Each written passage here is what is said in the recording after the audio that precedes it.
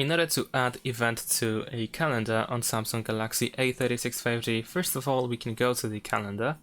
So let's open it. Now we can press this plus button in the bottom right corner.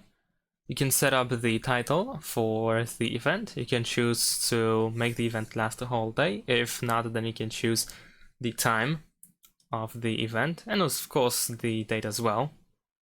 And after that, and also here on the top right side we have in the option to choose the color and an emoji. So let's say we can choose something like this.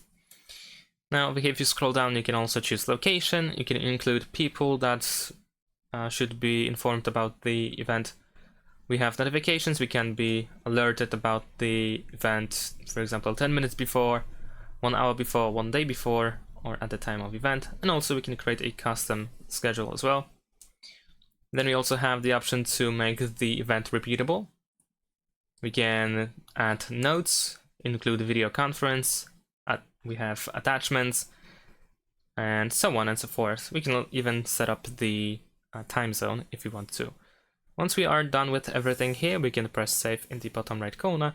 And there we go, the event has been created and added to the calendar. Thanks for watching, leave a like and subscribe to my channel, and see you in my next videos. Bye!